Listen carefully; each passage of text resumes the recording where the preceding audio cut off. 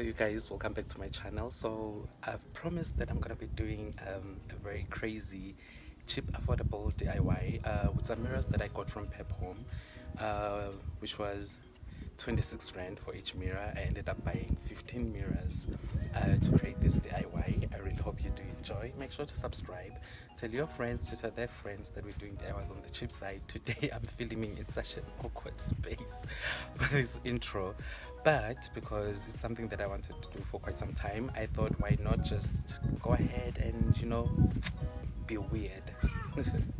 I really hope you do enjoy this video. Remember to subscribe. Yes, do subscribe. Check me out on Instagram, comfy_DIY, where I spend most of my time maybe just posting things or my inspirations.